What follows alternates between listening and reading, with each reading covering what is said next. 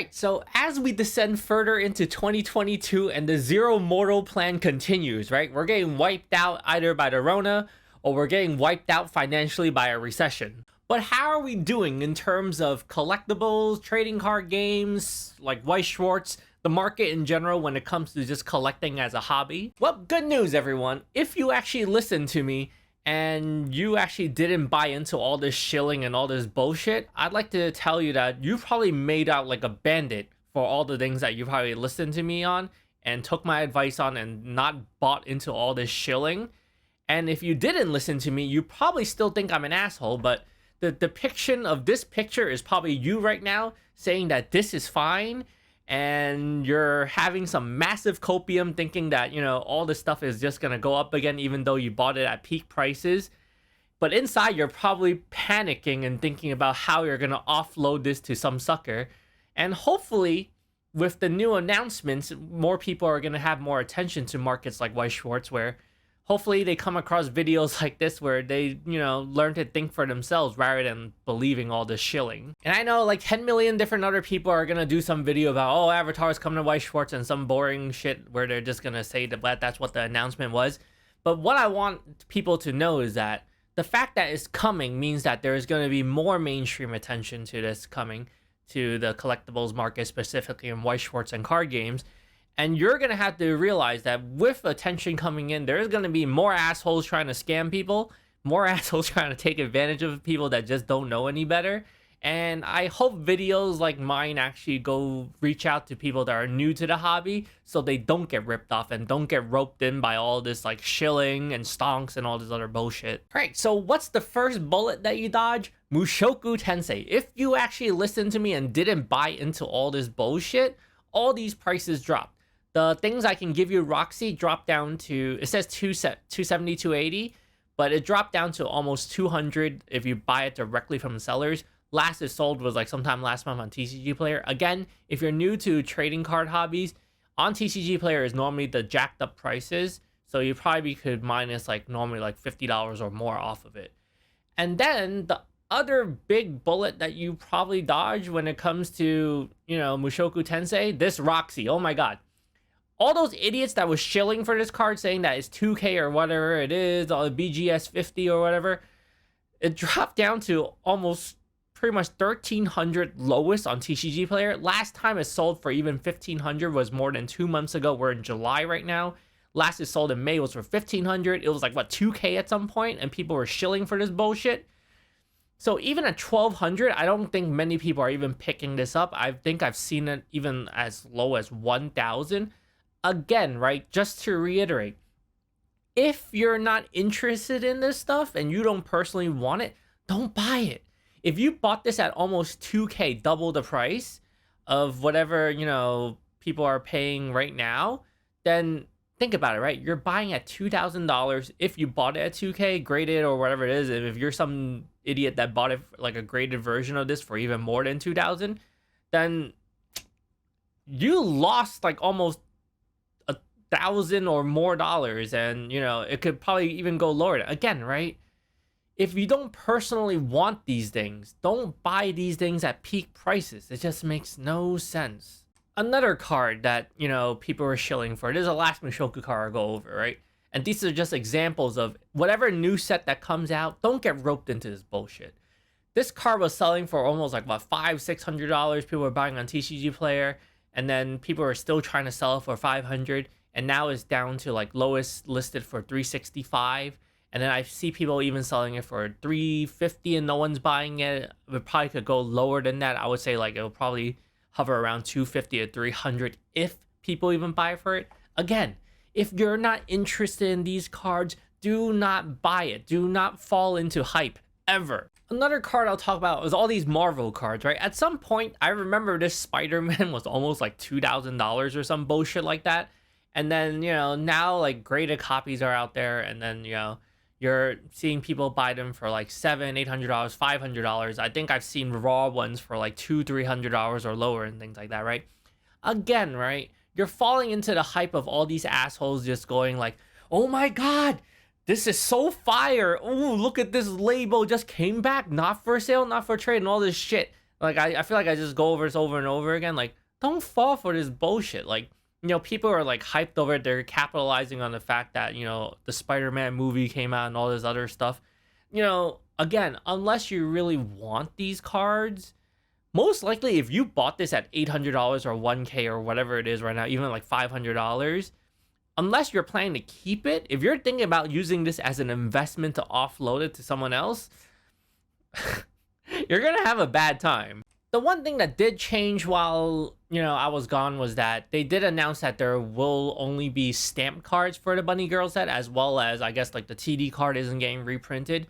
But I don't want you to forget that when it was announced that it was going to get reprinted, the amount of people that were mass trying to drop these cards, you have to pay attention to the fact that unless you really like this, the only reason why it's highly priced is the fact that people are shilling for it. On top of, I just want you to remember, right? There seems to be this trend of people talking about how, oh, this is Pop 1, BGS 10, and all this other bullshit. Just be aware, right? I could say that there's like a Pop 10 Altoids. There's only one of these right now that's graded, BGS 10 or whatever it is. Just because something is, limited, again, going back to the idea that just because something is limited does not mean that it's worth the money that people are saying that it is, right? And the fact that certain cards are graded at a certain, population or whatnot, that will never mean that there's not more people holding on to more of these cards and just slowly releasing it into the market. I want you to remember that if you're new to the collectibles hobby, if you're new to, buying trading cards and investing in trading cards, remember that it's almost impossible to know how much of a certain thing is out there unless someone literally tells you this is only 1 in the world or 10 in the world or whatever it is. Even then, right, the price of something is debatable. But when there's no actual known number of how many of certain things are out in the world, you're buying like, oh man, every time a Mai comes out for like 10K, I'm gonna buy it and then I'll be the one holding on to all of them, right? It doesn't mean that you're gonna be the only one holding on to it. People are shilling for it because one guy could be holding like pages of these in their binders, just slowly letting them out in the market when you think you're a smart guy by trying to scoop them all up. Just be aware about that, okay? I would say overall, in regards to the graded card market, might not be specific to Weiss Schwarz in general. A lot of these card prices are just going down, down, down, down, down, and it just kind of further reiterates what I was talking about, right? And if you watch all my other videos and you listen to me, when it comes to graded cards, population, all this stuff, you have to remember, these markets are very, very, very young. Very, very young, meaning even I would consider like Pokemon as a collectibles market pretty young as well too. And in my personal opinion, again, based on the age range of analytics and the people that watch these videos, not including whether they like my opinion or they're against my opinion, right? I'm not here to validate your opinion. In the case that you're looking for someone to just agree with what you think, then I guess you could look elsewhere or look to a hype channel, right? I'm here to just give you the truth that realistically, everyone that collects these collectibles are in the age range between like 20s to, let's say, like 35, capping off as some people are like in their like, close to 40s or, early 40s or whatever, right? It's a very young market because it's not established like, if you were to buy things like, currency or other collectible markets that's been around for a very long time, and even then value of collectibles are somewhat speculative.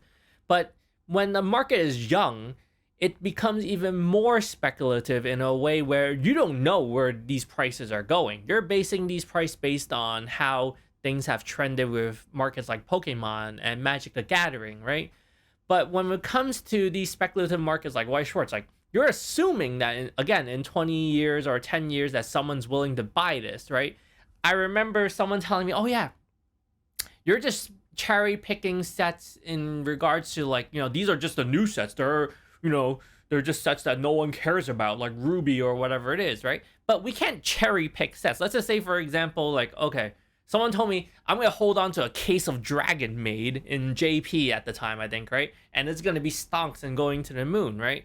And I'm not gonna argue with whatever it is. You have your own opinion, and you can hold on to it, and it's gonna be stonks for all you know. But again, realistically, let's say Dragon Maid came to EN now, and then how much is that case of Weiss Schwarz Japanese Dragon Maid going to be worth? Is someone going to want it? Is someone going to be willing to pay the premium? And doubling back to, if you watch my previous video about the problem with Weiss Schwarz when it comes to selling sealed products, you're looking at it in the sense where it's like some other collectibles market where you could sell off those 18 booster boxes in a case separately and someone's willing to pay that premium. Whereas opposed to something in Weiss Schwarz, realistically, in order for someone to actually want to buy this sealed product, they're going to want that guaranteed rate for a whole case. So rather than being able to offload pieces of it, which is a lot easier, you're going to have to offload the entire case at whatever price that you're trying to dictate it to be. At retail, at like 1K or under, then, it's a lot easier, right? But let's just say if you're speculating and then, it's going to be worth 3K, how easy is it going to be for you to offload a case of Weiss Schwarz for 3K, assuming that the other person is thinking that you didn't tamper with it? Every booster box in the case is going to be whatever it is. And then if there is guaranteed rates, what happens if they don't get the guaranteed rate and there is some sort of error? Or if you're holding on to a case that someone tampered? Think about that. I don't have a picture of it, but I remember at some point during my vacation, I saw someone post that they got their Thor card or Marvel card signed by, the actors and whatnot, and trying to sell it for some crazy price. I just want you guys to think about this again. I pretty much said that, voice actor or whatever it is, these things were going to happen. People are going to get hand signed cards. Again, I believe they had a picture of them holding it or something like that. But again, right?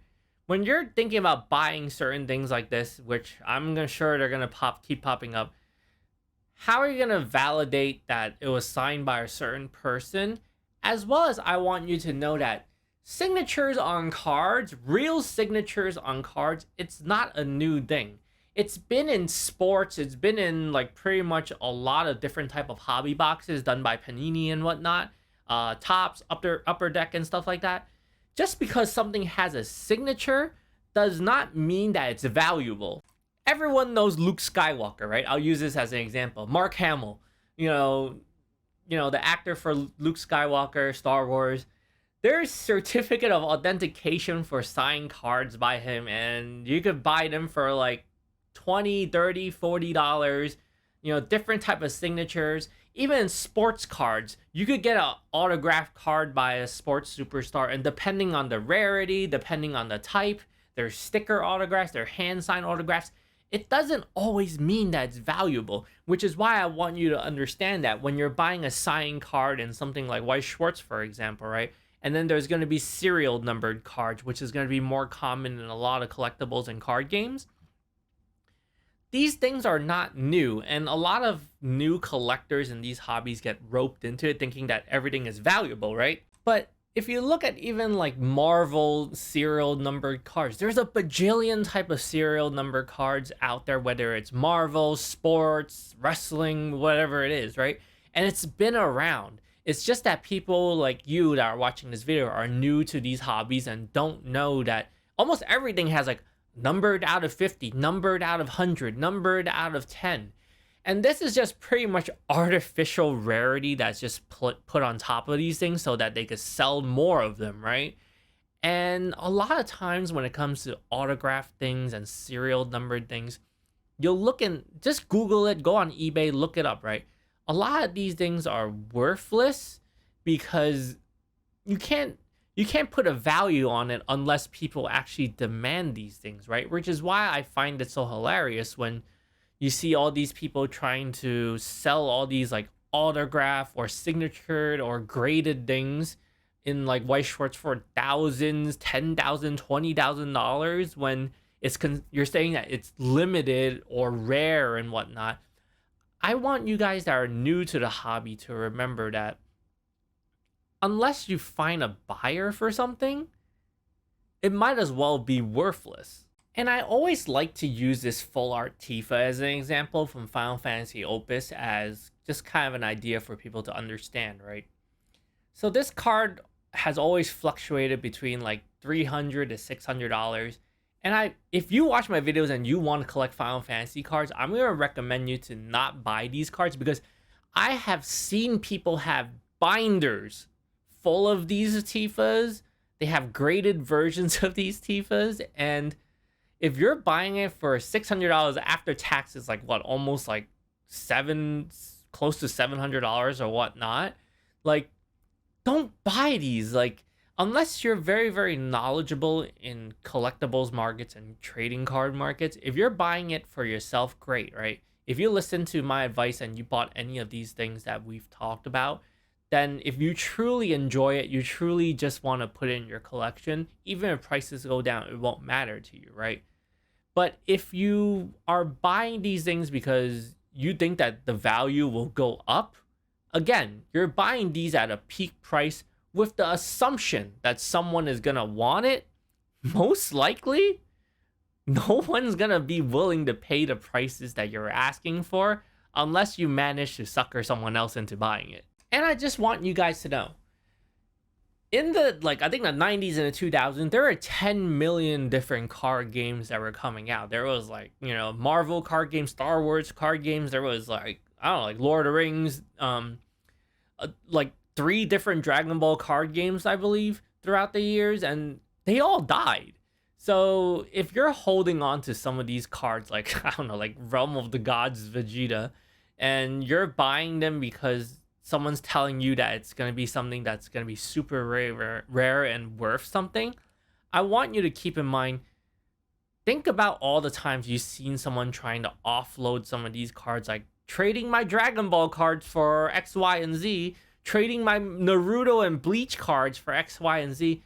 There's a reason why no one wants them.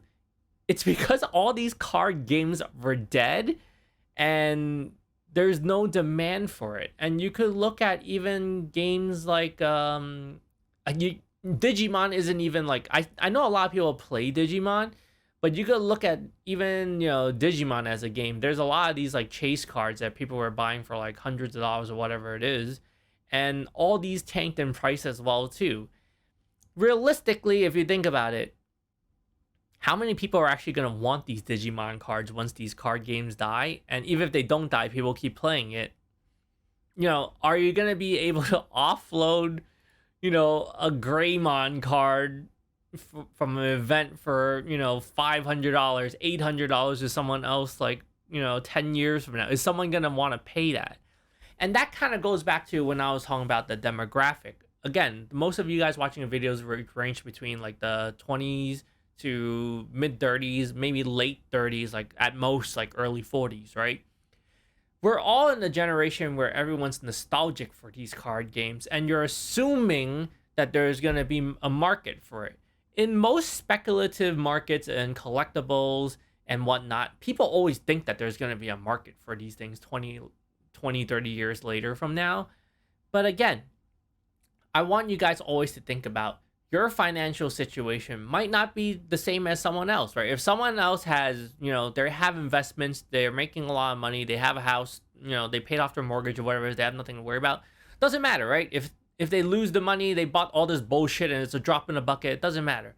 But if you're buying into this hype and you're buying all these like stupid cards that, you know, you don't really care about them, you're just hoping that you could offload it because some schmuck on Reddit or some schmuck on a Facebook group is telling you, oh yeah, BGS 10 Black Label Pop 1, some bullshit like that, right? If you bought into these things and you're not financially established, you still have monthly payments, you're still struggling, you haven't moved out yet, and all this other stuff, you're in debt, and you're buying this because you're thinking you're gonna plus on it, you know, I want you to really, really think hard about that before listening and falling into these traps of these people. And again, dialing back to all these things I've called out before, you're probably better off putting your money elsewhere, and you'll probably thank yourself later for it. So I just want you guys to remember that things like serial number cards, autograph cards is not new to the collectibles market. These things have been around forever. You'll find signed autograph versions of everything, real signed autograph versions of everything. And not all of them are valuable. And over time, some of these lose value as well too. So before you spend your money and fall into all these shill posts, I do notice the fact that the market is going down. Less people are buying at these high prices mean that, people are actually starting to wake up. But there's going to be more new people coming into the hobby, especially with things like Avatar coming to Weiss Schwarz and it's a little bit more mainstream. Because I talked to a lot of people and, a lot of people got into Weiss Schwarz from sets like Ruby, for example, right? I just want you guys to remember, the more people come in, the more people are going to try to scam them. So I just want you to remember, just be careful when it comes to this and just don't buy into the hype. All right, so thank you for watching. I just wanted to kind of do like a mid-year review-ish kind of type of stuff in regards to just going over the market. But again, I'll just leave you with this, right? If you just buy what you enjoy, you're not going to think about how much value that you're losing in the things that you buy, as well as you'll end up holding it much longer. If you end up not buying what you enjoy and you're just buying it for stonks, for example, all those graded cards, all those Marvel cards, all those Mushoku Tensei cards, that sealed case of Dragon Maid that one guy is holding on to, all these fate cards that drop down in price, after the market settled down. If you listened to me, you would have made out like a bandit, right? If you didn't listen to me, again, you're just holding on to the copium that, oh, okay, everything's just going to go back up or whatever it is. But even if it does, right, how long are you going to have to hold on to it for? How long is it going to take you to find a buyer for it? You have to weigh the risk versus the reward, as well as the fact that, like I said, you could easily just put it into the market and you could hold it on to it for as long as you want, but it'll still hold value. As opposed to if you put your money into collectibles, you hold on to it for, I don't know, like 50 years, it could be worth nothing at that point. It could be hypothetically worth like, thousands of dollars, but unless you find some other idiot to buy it, it's worth nothing. So again, I just want you guys to keep this in mind when you watch my videos. If you enjoy them, you stick around, you watch it, you learn something, and I'm sure some of you guys have saved money from listening to me. If you think I'm an asshole, you continue to buy all these things, then I honestly wish you the best of luck. Because I feel like when I point out a lot of these things, I'm trying to point out the obvious and it's so easy to see. But apparently it's not, because people are still buying it and, kind of sucks to see. But yeah, thank you guys for sticking around. I hope you enjoyed the video. I'll probably do something more specific and less broad, more like, specifically to one type of topic and talking about it as usual. But I kind of wanted to just go over the market in general overall and just my thoughts on what's been happening and just to recap on it, right? But going forward, I think I do have my next video that I'm going to talk about in regards to, I've been playing a lot of Weiss. Hasn't been going too well, but I've been enjoying it. I guess I'm going to talk about, the decks that I've been playing and, my thoughts on how the game is and whatnot. So if you guys enjoy that, then, be sure to check it out. In regards to opening of stuff, I'm still sitting on that Babylonian case. I haven't really been up for it. Sorting through a case for the Camelot has kind of been a lot more draining than I thought it would. So we'll touch base on that within, I guess, next month. And then that's pretty much it. Thank you again for enjoying the video. And really, really thank you guys for, continuing to watch it as well as subscribing to the channel. Because we're at 250 right now, unless someone decides to unsubscribe. And then we're aiming for 300 next. And then hopefully one day we'll make it to 500. Okay. Thank you again. And I hope you guys all have a great day. Take care.